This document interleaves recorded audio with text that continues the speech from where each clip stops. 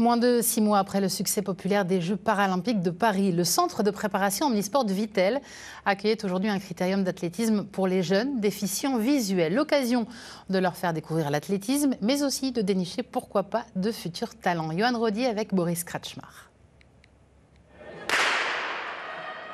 Ils sont venus de toute la France pour repousser leurs limites. Ces jeunes ont entre 7 et 20 ans et sont tous déficients visuels. Course à pied, saut en longueur, lancer de poids, ce critérium, c'est pour beaucoup d'entre eux l'occasion de s'initier à l'athlétisme. C'est une découverte. Pour l'instant, j'ai fini deuxième au sprint. Énormément de plaisir. En plus, je suis avec des copains. J'ai de l'énergie à défouler, donc du coup ça m'aide et puis ça m'amuse aussi. C'est cool. S'amuser sans forcément performer. Même si certains participants ont été boostés par le succès des Jeux paralympiques de Paris.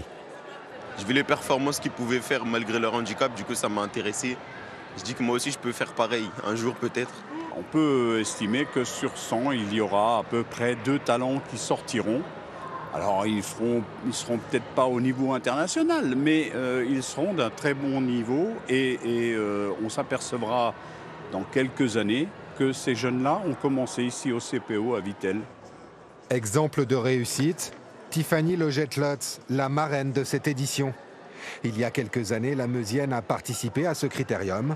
Aujourd'hui, elle est en équipe de France handisport.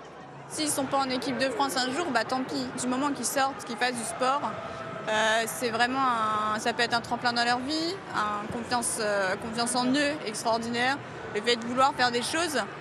Et ça, quand on est déficient visuel, c'est très important. Donner envie à tous ces jeunes de s'épanouir à travers le sport, c'est l'objectif principal de ce critérium depuis plus de 35 ans.